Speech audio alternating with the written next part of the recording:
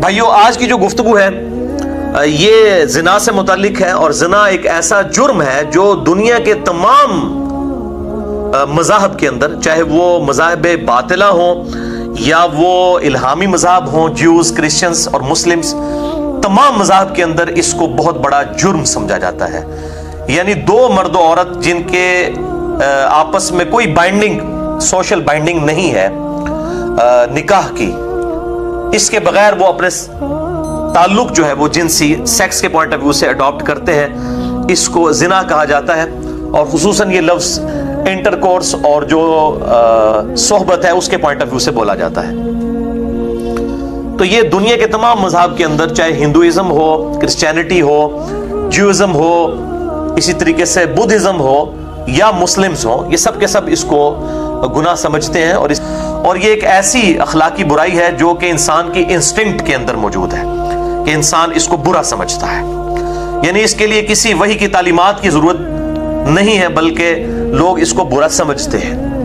اب یہ آج کے ماڈرن معاشرے کے اندر جو انارکی پھیل چکی ہے اور یہ ایشوز پیدا ہو گئے ہیں، اس کی وجہ سے یہ تھوڑی سی معاملات ایمبیگوس ہوئے ہیں، لیکن اب بھی لوگ جو ہے اس کو برا سمجھتے ہیں، اور بلکہ یہ زنا تو بہت بڑی بات ہے۔ کسی انجان مرد و عورت کا آپس میں ریلیشن شپ، اس کو انتہائی برا سمجھا جاتا ہے۔ آپ کو پتا ہے کہ کلنٹن کے اوپر اس حوالے سے تہمت لگی، اس کو اپنی صدارت سے ہاتھ دھونا پڑا۔ آج کل وہ جو ٹرمپ الیکشن ہونے والے ہیں تو اس کے اوپر بھی اس قسم کی عورتوں کی طرف سے ایلیگیشن لگائی گئی، کوئی زنا کی نہیں، صرف ایک بری نظر سے دیکھنا یا اسی طریقے سے کوئی غلط تعلق قائم کرنا ادر دین زنا، اس کو بھی اتنا برا سمجھا جا رہا ہے۔ تو دنیا کے ہر معاشرے میں برائی کو برائی سمجھا جاتا ہے۔ میں اس لیے کہتا ہوں کہ ہالی ووڈ کی فلم کے اینڈ پہ بھی ہمیشہ سچ کی جیت دکھائی جاتی ہے اور جھوٹ کی شکست دکھائی جاتی ہے۔ یہ انسان کی انسٹنکٹ میں ہے کہ انسان برائی کو برائی سمجھتا ہے۔ یہ اللہ نے انسان کی جبلت کے اندر یہ چیز رکھتی ہے، اور اسی جبلت کی وجہ سے ہر انسان اللہ کی بارگاہ میں اکاؤنٹیبل ہے، خواہ اس تک وحی کی تعلیمات نہ بھی پہنچی ہو۔ تب بھی ہر معاشرے میں جھوٹ بولنے کو برا سمجھا جاتا ہے، سچ بولنے کو اچھا، کسی کے ساتھ خیر خواہی کرنے کو اچھا سمجھا جاتا ہے، اور کسی کو دھوکہ دینے کو برا سمجھا جاتا ہے۔ اسی طریقے سے یہ بے حیائی سے ریلیٹڈ جو معاملات ہیں ان کو بھی ہر انسان سمجھتا ہے۔ اور الحمدللہ قرآن حکیم جو ہے وہ اس حوالے سے تو ظاہر ہے کہ اللہ تعالیٰ کی محفوظ ترین کتاب اس روئے ارض پہ، جس میں ایک لفظ کے اندر بھی کوئی تبدیلی نہیں آئی۔ سورۃ الحجر آیت نمبر 9، انا نحن نزلنا الذکر وَإِنَّ لَهُ لَحَافِظُونَ، بے شک اس الذکر یعنی قرآن کو، اس نصیحت والی کتاب کو ہم نے نازل کیا، اور ہم ہی اس کتاب کی حفاظت کرنے والے ہیں۔ اس کتاب کی حفاظت کی ذمہ داری اللہ تعالیٰ نے خود اپنے اوپر لی ہے۔ تو یہ کتاب بھی زنا کے حوالے سے انسانیت کو جو ہے وہ خبردار کرتی ہے کہ اللہ تعالیٰ کے نزدیک یہ بہت بڑا جرم ہے۔ اسی کانٹیکسٹ میں سورہ بنی اسرائیل کی آیت نمبر 32 ہے، اعوذ باللہ من الشیطان الرجیم، بسم اللہ الرحمن الرحیم، ولا تقربوا الزنا، اور زنا کے قریب بھی مت پھٹکنا۔ یہ نہیں کہا زنا نہ کرنا، بلکہ زنا کی طرف لے جانے والی چیزوں سے بھی بچنا۔ انہ کان فاحشۃ وساء سبیلا، بے شک یہ بہت بڑی بے حیائی ہے اور بہت ہی برائی کا کام ہے۔ زنا کے قریب بھی مت جانا، یعنی ہر وہ چیز جو زنا کی طرف لے جائے، خواہ وہ کوئی سوشل میڈیا پہ آنے والی خبر ہو، خواہ کوئی ویڈیو ہو، خواہ کوئی کسی چوراہے پر لگا ہوا 20 بائی 40 فٹ کا کوئی کسی موبائل کمپنی کا بےہودہ عورت کا اشتہار ہو، یہ سب کی سب چیزیں جو ہیں وہ زنا کی طرف لے جانے والی ہیں، ان سے بچنا۔ پھر سورۃ الفرقان میں اللہ تعالیٰ نے آیت نمبر 68 میں ارشاد فرمایا، 3 بڑے گناہوں کا ذکر کرتے ہوئے کہ جو اہل ایمان ہیں وہ ان 3 گناہوں سے پرٹیکولرلی ضرور بچتے ہیں۔ اعوذ باللہ من الشیطان الرجیم، بسم اللہ الرحمن الرحیم، والذین لا يدعون مع اللہ الہا آخر، وہ لوگ جو اللہ کے ساتھ کسی اور کو الہ نہیں ٹھہراتے، اللہ کے ساتھ شرک نہیں کرتے۔ ولا يقتلون النفس التي حرم اللہ الا بالحق، اور کسی جان کو نہ حق قتل نہیں کرتے ہیں کہ جس کی حرمت اللہ نے رکھی ہے۔ ہاں بفتوی شریعت کر سکتے ہیں، اور وہ بھی عدالت کرے گی، کوئی شخص خود قانون اپنے ہاتھ میں نہیں لے سکتا، یعنی قتل کے بدلے قتل ہوگا، وہ آگے انشاءاللہ میں ڈیٹیل بھی بیان کروں گا۔ ولا یزنون، اور نہ وہ زنا کرتے ہیں۔ وَمَن يَفْعَلْ ذَلِكَ يَلْقَ أَثَامًا، اور جو کوئی یہ گناہ کرے گا ان قریب ان گناہوں کے انجام تک پہنچ جائے گا۔ تو 3 گناہوں کا ذکر سورۃ الفرقان آیت نمبر 68 میں ہوا۔ نمبر 1 شرک، نمبر 2 قتل ناحق، اور نمبر 3 زنا۔ یہ سب سے بڑے 3 گناہ ہیں، اور اسی کی سپورٹ میں صحیح بخاری اور صحیح مسلم کی متفق علیہ حدیث ہے۔ بلکہ مشکات میں جو گناہ کبیرہ کا جو چیپٹر ہے پہلی ہی جلد کے اندر، اس کی پہلی حدیث ہی یہی ہے کہ آپ صلی اللہ علیہ وآلہ وسلم سے پوچھا گیا کہ بتائیے سب سے بڑا گناہ کون سا ہے؟ تو آپ صلی اللہ علیہ وآلہ وسلم نے ارشاد فرمایا کہ سب سے بڑا گناہ یہ ہے کہ تم اللہ کے ساتھ کسی کو شریک ٹھہراؤ، حالانکہ پیدا تو اللہ نے تمہیں کیا ہے، تمہاری تخلیق اللہ نے کی ہے، اور تم اللہ کے مقابلے پہ کسی کو ٹھہرا لو۔ اس کے بعد پوچھا گیا یا رسول اللہ اس کے بعد کون سا بڑا گناہ ہے؟ تو آپ صلی اللہ علیہ وآلہ وسلم نے ارشاد فرمایا کہ کوئی شخص اپنی اولاد کو قتل کر دے، اس ڈر سے کہ وہ اس کے ساتھ کھانا کھائے گا، یعنی مفلسی کے ڈر سے اولاد کو قتل کر دینا۔ فیملی پلاننگ ایک اور الگ چیز ہے، یہ پریگنینسی کو ضائع کروانا یہ الگ چیز ہے، اس پہ میں نے مسئلہ نمبر 155 میں بڑی ڈیٹیل کے ساتھ ایڈریس کر دیا ہے۔ پھر پوچھا گیا اس کے بعد، تو فرمایا کوئی شخص اپنی پڑوسی کی عورت کے ساتھ زنا کرے، یعنی زنا تو ویسے ہی بری چیز ہے، اور پھر اپنے ہمسائے کی عورت کے ساتھ کرے تو یہ بہت بڑا جرم ہے۔ اور پھر آپ صلی اللہ علیہ وآلہ وسلم نے فرمایا کہ اللہ تعالیٰ نے بھی قرآن میں ان تینوں گناہوں کی تصدیق کر دی ہے کہ یہ 3 بڑے بڑے گناہ ہیں جن سے اہل ایمان محفوظ رہتے ہیں پوری تگودو کرنے کے بعد۔ اور پھر آپ صلی اللہ علیہ وآلہ وسلم نے سورۃ الفرقان کی وہی آیت تلاوت کی، آیت نمبر 68 والذین لا يدعون مع اللہ الہا آخر ولا يقتلون النفس التي حرم اللہ الا بالحق ولا يزنون۔ تو یہ آپ صلی اللہ علیہ وسلم کی بھی عادت تھی کہ آپ اپنی گفتگو کی سپورٹ میں بھی قرآن سے آیات پیش کیا کرتے تھے۔ تو گفتگو کی سپورٹ میں قرآن و سنت کو، احادیث کو پیش کرنا یہ ہمارے محبوب صلی اللہ علیہ وآلہ وسلم کی سنت ہے۔ اور بھائیو اسی حوالے سے مشکات میں 53 نمبر حدیث ہے، صحیح بخاری اور صحیح مسلم کی متفق علیہ حدیث، اسی چیپٹر میں، کہ آپ صلی اللہ علیہ وسلم نے فرمایا ہے کہ جب زانی زنا کرتا ہے تو وہ اس وقت مومن نہیں رہتا، اس میں سے ایمان نکل جاتا ہے۔ اور اسی کی ایکسٹینشن ہے سنن ابی داؤد میں ایک حدیث ہے جو مشکات میں 60 نمبر پہ ہے کہ آپ صلی اللہ علیہ وسلم نے فرمایا کہ جب زانی زنا کرتا ہے وہ اس وقت مومن نہیں رہتا۔ مسلم کے تو الفاظ ہیں، اور ساتھ اگلے الفاظ ہیں کہ اس کا ایمان اس میں سے نکل کر اس کے سر پر منڈلانے رکھتا ہے چھتری کی طرح، حتیٰ کہ وہ شخص توبہ کرے اور اللہ کی طرف رجوع لائے تو پھر ایمان واپس آتا ہے، وَلِعَوْذُ بِاللَّهِ تَعَالَى۔ تو یہ بڑا خطرناک معاملہ ہے، اور اس حوالے سے وہ حدیث بھی بہت ڈرانے والی حدیث ہے، صحیح بخاری اور صحیح مسلم کی متفق علیہ حدیث ہے، اور مشکات میں موجود ہے انٹرنیشنل نمبر کے مطابق 86 نمبر، کہ آپ صلی اللہ علیہ وآلہ وسلم نے فرمایا کہ آنکھوں کا زنا دیکھنا ہے، کانوں کا زنا سننا ہے، ہاتھوں کا زنا پکڑنا ہے، اور پاؤں کا زنا چل کر جانا ہے، اور دل کا زنا سوچنا ہے، نفس آرزو کرتا ہے اور شرمگاہ اس کی تصدیق کر دیتی ہے، وَلِعَوْذُ بِاللَّهِ تَعَالَى۔ یہ بہت اس حوالے سے الارمنگ چیز ہے۔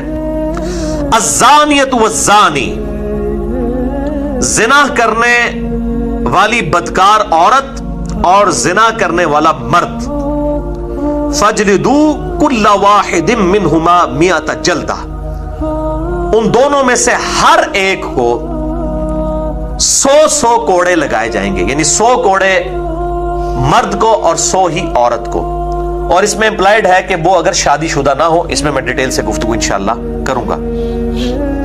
وَلَا تَأْخُذْكُمْ بِهِمَا رَأْفَةٌ فِي دِينِ اللَّهِ، اور دیکھنا اللہ تعالیٰ کی طرف سے یہ سزا اسٹیبلش کرتے ہوئے، یہ حدود جاری کرتے ہوئے تمہارے دل میں کسی کے لیے نرمی نہ آ جائے، جو صحیح بخاری اور صحیح مسلم کی متفق علیہ حدیث ہے، اور مشکات میں بھی موجود ہے حدود میں جو نرمی کرنے والے معاملات ہیں اس چیپٹر کے اندر، کہ آپ صلی اللہ علیہ وسلم کے پاس ایک فاطمہ نامی عورت، اس کی چوری کا مقدمہ پیش کیا گیا اور اس کے لیے سفارش کی گئی اسامہ ابن زید کے ذریعے سے تو آپ صلی اللہ علیہ وسلم سخت جلال میں آئے. آپ صلی اللہ علیہ وسلم کے لیے اسپیشل ممبر رکھا گیا. آپ نے اصحاب کو خطبہ دیا علیہم رضوان اور کہا تم سے اگلے لوگ اسی لیے ہلاک ہو گئے کہ ان کے اشرافیہ کے لیے اور قوانین ہوتے تھے اور غریب لوگوں کے لیے اور. اللہ کی قسم اگر میری بیٹی فاطمہ بھی چوری کر دیتی تو میں اس کے بھی ہاتھ کٹوا دیتا. تو آپ صلی اللہ علیہ وسلم نے اور پھر آپ صلی اللہ علیہ وسلم نے اس میں صحابہ کرام کو ڈانٹا کہ تم اللہ کے حدود کے معاملے میں مجھ سے نرمی کا مطالبہ کرتے ہو. تو آپ صلی اللہ علیہ وسلم رحمت للعالمین تھے, کوئی شک نہیں ہے, لیکن جہاں اللہ کی حدود آتی تھی وہاں پھر رام والا معاملہ نہیں ہوگا, بلکہ پھر اللہ تعالیٰ کی جو حدود ہیں ان کو اسٹیبلش کرنا ہوگا, ان کو جاری کرنا ہوگا. تو یہ دو الگ چیزیں ہیں, ان کو بات کو سمجھیں. تو یہاں قرآن حکیم میں آئے کہ ذرا تمہارے دل میں نرمی نہ آئے, ذرا رحم نہ آئے اس معاملے میں اللہ کے دین کی سزا کو اسٹیبلش کرتے ہوئے. ان کنتم تؤمنون باللہ, اگر تم واقعی اللہ پر ایمان رکھتے ہو, والیوم الآخر, اور آخرت پر تمہیں ڈر ہے کہ اللہ کے حضور پیش ہوگے تو تم یہ حرکت نہیں کرو گے کہ تمہارے دل میں نرمی آ جائے. ولیشہد, اور اس سزا کے اوپر, یعنی یہ جو سزا دی جا رہی ہو, 100 کوڑے لگائے جا رہے ہوں, اس پر گواہی دیں عذابہما, اس سزا کے اوپر, طائفۃ من المؤمنین, اہل ایمان کا ایک گروہ اس پر گواہ بھی ہو, یعنی پبلکلی یہ گناہ کی سزا اسٹیبلش کی جائے تاکہ سزا ایک کو ہو یا دو کو اور ڈیٹرس اور دہشت بن جائے باقی پورے معاشرے کے لیے. یہ آج دہشت جو ہے وہ قائم کی جائے تو آپ دیکھیں کس طریقے سے زنا ختم ہوتا ہے. دنیا میں سب سے کم زنا 2 ملکوں میں ہوتا ہے, نمبر 1 سعودیہ, نمبر 2 ایران, کیونکہ وہاں پر اسلامی سزائیں نافذ ہیں, اور سب سے زیادہ زنا امریکہ کے اندر ہوتا ہے. تو ویسے لوگ کہتے ہیں بڑی سخت سزا ہے, حالانکہ انہی سے پوچھیں کہ اگر آپ کسی گورے سے پوچھ لیں جو یہ کہتا ہے سزا سخت ہے, اس کو کوئی سزا کو تو چھوڑو, بتاؤ اگر تمہاری بچی کے ساتھ کوئی یہ کرے, وہ کہے گا میں گولی مار دیں گا انہوں. تمہاری ماں کے ساتھ کرے, وہ کہے گا میں گلا کاٹ دوں اس کا. تو جب اسلام نے جب سزا رکھی ہے تو اس کو کہتے ہیں ظالمانہ سزائیں ہیں. اور یہ بھی اس میں آگے چل کے آئے گا, یہ اس طرح سزا اسٹیبلش نہیں ہوگی, بلکہ کم از کم 4 گواہ اس حوالے سے پیش بھی کرنے ہوں گے, پھر جا کے یہ سزا اسٹیبلش ہوگی. یہ اتنا آسان معاملہ نہیں ہے. اور ظاہر ہے یہ سزا بھی زنا بالجبر کے اوپر جو ہے وہ صرف اس کو ہی ہوگی جو یہ زیادتی کرے گا, جس کے ساتھ ہوئی اس کے پر سزا نہیں. اور اگر زنا بالرضا کریں گے پھر دونوں کے ساتھ یہ معاملہ ہوگا. پھر شادی شدہ ہوں گے تو سنسار کیے جائیں گے, اور غیر شادی شدہ ہوں گے تو ان کو 100 کوڑوں کی سزا دی جائے گی. اس میں میں ڈیٹیل سے گفتگو کرتا ہوں, پہلے ان آیات کو ہم کور کر لیتے ہیں. تو ڈیٹرنس کے لیے کہا گیا کہ پبلکلی اس گناہ کے اوپر لوگ اس کو ویٹ کریں گے, شہادت دیں گے, تاکہ باقیوں کے لیے عبرت ہو جائے گی. اس حوالے سے دل میں کوئی نرمی نہ آئے.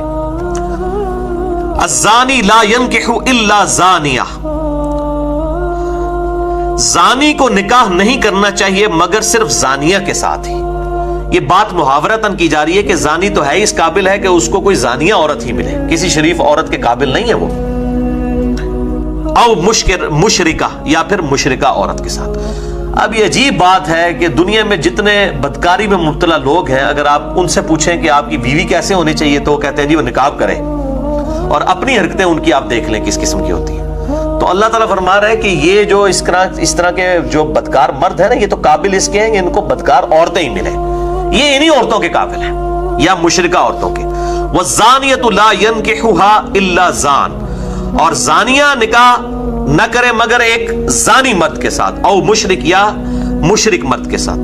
وَحُرِّمَ ذَلِكَ عَلَى الْمُؤْمِنِينَ, اور یہ جو زانی عورتیں ہیں یہ اہل ایمان مردوں کے لیے تو حرام کر دی گئی ہے, الا یہ ہے کہ کوئی عورت توبہ کر لے بڑے سچے دل کے ساتھ اور وہ نیکی کے راستے کے اوپر آ جائے تو پھر اس کو ظاہر ہے اس گناہ کے اوپر آر نہیں دلائی جائے گی.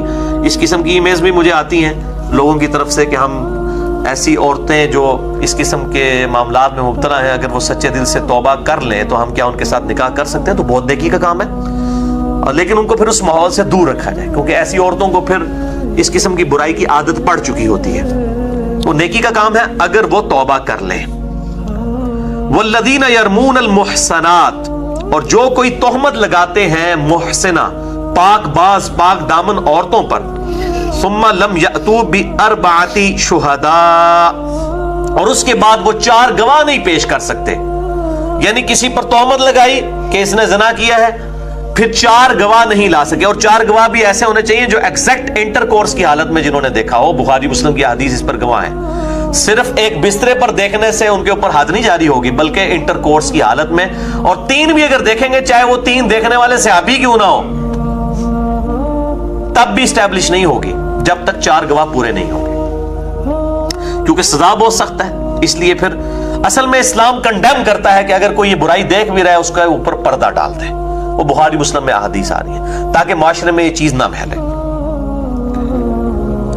فجلدوہم 80 جلدہ, تو جو کوئی ایسی پھر تہمت لگاتے ہیں, اب چاہے انہوں نے صحیح بھی لگائی ہوئی ہے, اگر 4 گواہ نہیں لا سکے تو ان کو پھر 80 کوڑے لگائے جائیں گے.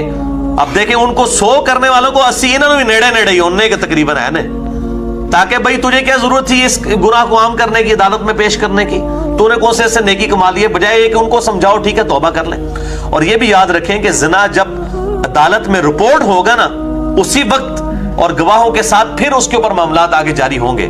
اگر مرد و عورت نے زنا کیا اور انہوں نے اکیلے میں اللہ سے توبہ کر لی تو یہ توبہ کافی ہوگی, ان کے اوپر حد جاری کرنا ضروری نہیں ہوگا. ونس عدالت میں معاملہ رپورٹ ہو گیا پھر جو ہے ان کے اوپر حد جاری ہوگی اگر وہ اعتراف جرم کر لیتے ہیں. اور یہ ضروری نہیں اگر کسی سے گناہ ہو گیا تو جا کے اعتراف جرم کرے. آپ صلی اللہ علیہ وسلم نے اس کو بھی ناپسند فرمایا. آپ کے سامنے اس طرح لوگ آئے اور آپ نے ان سے روح انور پھیر لیے اور فرمایا جاؤ توبہ کرو, اللہ تعالیٰ معاف کرنے والا ہے, جب تک کہ انہوں نے 4 دفعہ اپنے خلاف خود گواہی نہیں دے دی. میں بخاری مسلم کی حدیث بھی اس میں پیش کروں گا. تو اس حوالے سے لوگ پوچھتے بھی ہیں تو توبہ کریں اور اللہ کی طرف رجوع لائیں. اسی طریقے سے کسی شخص نے چوری کی ہے تو چوری کرنے کے بعد اسے احساس ہوا تو جس کی اس نے چوری کی اس سے جا کر الگ سے معافی مانگ لے, تو پھر اس کے ہاتھ نہیں کاٹے جائیں گے, وہ معافی مانگ لینا کافی ہوگا. لیکن ونس عدالت میں رپورٹ ہو گیا اور وہ پکڑا گیا, اب وہ کہ جی میں معافی مانگ لینا, میں دگنا دے دینا, نہیں. اب پبلکلی جو کہ رپورٹ ہوا ہے گناہ, اب اس کے ہاتھ کاٹے جائیں گے. ورنہ اس طرح کی چیز جب پبلکلی رپورٹ ہوتی ہے پھر سزا نہیں دی جاتی تو گناہ پھیلتا ہے. اس کی حکمت سمجھیں, یہ دہشت کے لیے ہے, ڈیٹرنس کے لیے ہے کہ جب گناہ عدالت میں رپورٹ ہوگا تو اب عدالت کا کام ہے سزا دینا, ادروائز تو گناہ عام ہو جائے گا اور لوگوں کو کھلی چھٹی ملے گی. اور جب چیز عام نہیں ہوگی, اس طریقے سے پبلکلی نہیں پھیلے گی, پھر اس طرح کے معاملات کے اوپر جو ہے وہ اس کے اوپر پردہ ہی ڈالا جائے گا. بہرحال اب اس میں ماڈرن دور کے حوالے سے یہ بھی گفتگو کی جاتی ہے کہ 4 گواہ نہیں ملے, اب کسی عورت کے ساتھ زنا بالجبر ہوا ہے تو اب وہ کہاں سے 4 گواہوں کو تلاش کرے. تو اس میں پھر سائنٹیفکلی ظاہر ہے کہ مدد لینے میں کوئی حرج نہیں ہے. اگر آپ کو کانفیڈنس ہے کہ ڈی این اے ٹیسٹ اور ان چیزوں کے ذریعے بالکل ایمانداری کے ساتھ کوئی رپورٹ جنریٹ کرتا ہے اور اس طرح کی چیزیں اسٹیبلش ہو جاتی ہیں, تو پھر اس میں اجتہاد کرنے کی ضرورت ہے. ظاہر ہے کہ اسلام نے جو 4 گواہوں کا کہا ہے اس وقت تو یہی کیا جا سکتا تھا نا. اسی طریقے سے اگر کوئی ویڈیو میں اس طرح کی چیز آ جاتی ہے, ظاہر ہے جعلی ویڈیو بھی بن جاتی ہیں, اس میں پورے طریقے سے اگر تحقیق کی جائے اور کسی شخص کو اس کی ویڈیو دکھائی جاتی ہے اور پبلکلی وہ عام ہو جاتی ہے اور پھر وہ خود اعتراف جرم کر لیتا ہے, پھر تو اس کے اوپر گواہ لانے کی ضرورت نہیں. اگر وہ اعتراف جرم کر لیتا ہے تو پھر اس کے اوپر سزا جاری کی جائے. اسی طریقے سے اگر کوئی عورت اس کی وجہ سے, کیونکہ یہ ضیاء الحق کے زمانے میں بھی حدود آرڈیننس پاس کیا گیا, اس کی وجہ سے کئی عورتیں جن کے ساتھ زیادتیاں ہوئی الٹا ان کو جیل میں ڈال دیا گیا, اس کی وجہ سے اسلام کی بڑی بدنامی ہوئی, وہ گواہ نہیں لا سکی.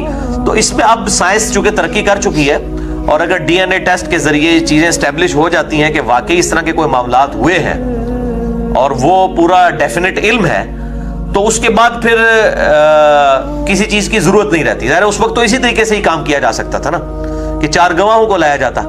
تو اس معاملے میں جو ہے نا اجتہاد کی ضرورت ہے. ظاہر ہے اجتہاد کا دروازہ تو قیامت تک کے لیے کھلا ہے. اسلامی سزائیں کوئی نہیں بدل سکتا.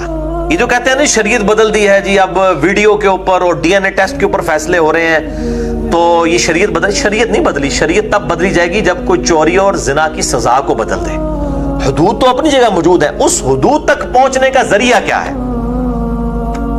کہ اگر وہ مجرم خود اعتراف جرم کر لے, میں بخاری مسلم سے حدیث پیش کروں گا, کوئی گواہ نہیں ہے, اس نے خود اعتراف جرم کر لیا, ایک عورت ہے اس نے خود اعتراف جرم کر لیا, تو اب پیچھے کون سی گنجائش رہ جاتی ہے. اس طریقے سے اگر ویڈیو سامنے آ جاتی ہے یا کوئی ڈی این اے ٹیسٹ آ جاتا ہے اور اس کے ساتھ یہ اسٹیبلش ہو جاتی ہے چیز, تو اس کو ساری چیزیں بتائی جائے اور پبلکلی جب چیز آ جائے تو اس کو سزا ضرور دینی چاہیے. ورنہ اگر کسی کے ساتھ ایسا معاملہ ہو گیا ہے, اس کے اوپر پردہ رکھتا ہے تو ظاہر ہے وہ زیادہ بہتر ہے. اور اب تو میڈیا کا دور ہے, الٹا مصیبت ہی پڑ جاتی ہے, یعنی وہ اس طریقے سے پھر جو ہے بدنامی زیادہ ہو جاتی ہے. تو اسلام کی جو حکمت ہے کہ گناہ جو آئے اس طرح کا گناہ تو اس کے اوپر پردہ ڈالنے میں ہی عافیت ہے، ادروائز جو ہے وہ معاملات بہت زیادہ بگڑ جائیں گے۔ تو میں یہ مطلب یہاں پر اس حوالے سے گفتگو ضروری سمجھتا تھا، اپنا پوائنٹ آف ویو سامنے رکھ دیتا۔ تو کہا گیا کہ 80 کوڑے لگائے جائیں گے، اس کو پھر ہم قذف کہتے ہیں، یعنی تہمت اور بہتان تراشی کی سزا قذف ہوگی، یعنی وہ اگر گواہ نہیں لا سکا، ظاہر یہ بھی تو پاسبلٹی ہے کہ جھوٹا الزام لگا دے، آج کل تو یہ بھی ہو جاتا ہے نا، جھوٹا الزام بھی لوگ لگا دیتے ہیں لوگوں کے اوپر، تو پھر اس کو 80 کوڑے لگائے جائیں گے۔ ظاہر وہ پھر اگر اس کے پاس ثبوت نہیں ہے، بغیر ثبوت کے وہ عدالت میں اگر جانا چاہتا ہے تو پھر وہ اپنی شامت پھر اس کی پھر آئے گی، تو وہ پھر یہ ہے کہ اس معاملے کو دبا لے۔ یہ کوئی نیکی نہیں ہے کہ وہ جا کے نہیں جی میں خود دیکھا ہے میں قسم چکنا پاوے، تو جنی مرضی قسم چک، گواہی لانی پڑے گی، کوئی پروف پیش کرنا پڑے گا، 4 گواہ لے کے آئیں یا کوئی اتنا اسٹرانگ ایویڈنس ہو کہ جو اس کا قائم مقام اس حوالے سے بن جائے۔